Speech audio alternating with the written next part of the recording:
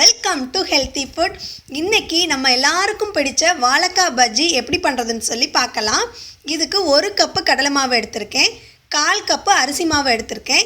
இந்த அரிசி மாவு இடியாப்ப மாவு இருக்குள்ள அந்த அரிசி மாவு தான் நான் எடுத்திருக்கேன். இடியாப்பம் பண்ணுற மாவு தான் எடுத்திருக்கேன் நான். இதை நல்லா சலிச்சு எடுத்துக்கலாம். ஏன் அப்படின்னா கடலை மாவில் கட்டிகள் இருக்கும். அதுக்காக சலிச்சிட்டோம் அப்படின்னா நம்ம தண்ணி விட்டு கலக்கிறப்போ ரொம்ப கஷ்டமாக இருக்காது, ஈஸியாக இருக்கும். அதுக்காக தான். இப்போ இதில் 1 டீஸ்பூன் அளவுக்கு மிளகாய்த்தூள் சேர்த்துக்கலாம். காரத்துக்கு தகுந்த மாதிரி நீங்கள் சேர்த்துக்கங்க. சிகப்பு மிளகாய்த்தூள் தான் நான் சேர்த்துருக்கேன். தேவையான அளவு உப்பு சேர்த்துக்கங்க. கொஞ்சமாக 1 சிட்டிகை அளவுக்கு பெருங்காயத்தூள் சேர்த்துக்கலாம்.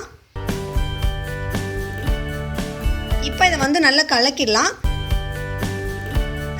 ஒரு தடவை நல்லா கலக்கிட்டு அப்புறமா தண்ணி சேர்த்துக்கலாம். தண்ணி ஃபஸ்ட்டு கொஞ்சமாக சேர்த்துட்டு இதை நல்லா கலக்கிடுங்க. அதுக்கப்புறமா தண்ணி சேர்த்துங்க. மொத்த தண்ணியும் ஒரே டைமில் சேர்த்தாதீங்க. இந்த மாதிரி கொஞ்சமாக ஃபஸ்ட்டு கலக்கிடுங்க. இப்போ இந்த மாதிரி திக்கானதுக்கு அப்புறமா அடுத்து தண்ணி சேர்த்துங்க. அது ஒரே டைமில் எல்லா தண்ணியும் சேர்த்துறாதீங்க. கொஞ்சம் கஷ்டமாக இருக்கும் கடலை மாவு கரைக்கிறதுக்கு. அப்படி சேர்த்திங்கன்னா கட்டி கட்டியாக வந்துடும். அதுக்காக தான். எனக்கு இதுக்கு 1 கப்பை விட கொஞ்சம் கம்மியாக தண்ணி தேவைப்பட்டுச்சு. இங்கே பாருங்கள், இப்படி கை விட்டோன்னா நல்லா கோட் ஆகணும். அதே நேரம் தண்ணி ரொம்ப தண்ணியாட்டும் இருக்கக்கூடாது, ரொம்ப திக்காகவும் இருக்கக்கூடாது அந்த மாவு கரைச்சது.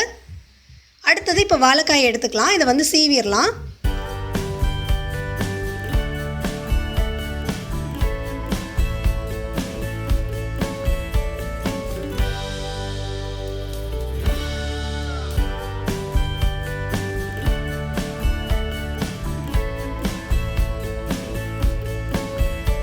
அவ்வளோதான். இந்த மாதிரி எல்லாத்தையும் சீவி எடுத்தாச்சு.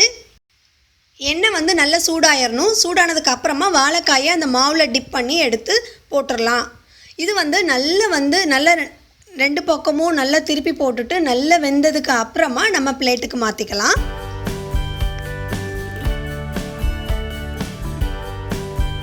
இங்கே பாருங்கள், நல்லா புசு புசுன்னு எப்படி வந்திருக்குன்னு பஜ்ஜி.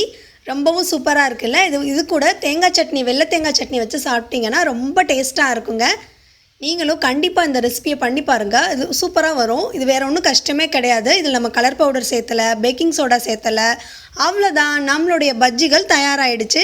கண்டிப்பாக நீங்களும் செஞ்சு பாருங்கள். செஞ்சு பார்த்துட்டு உங்கள் கமெண்ட்ஸ் எனக்கு ஷேர் பண்ணுங்கள். இதுவரையும் நம்ம சேனலை சப்ஸ்கிரைப் பண்ணாதவங்க கண்டிப்பாக நம்ம சேனலை சப்ஸ்கிரைப் பண்ணுங்கள். தேங்க்ஸ் ஃபார் வாட்சிங்.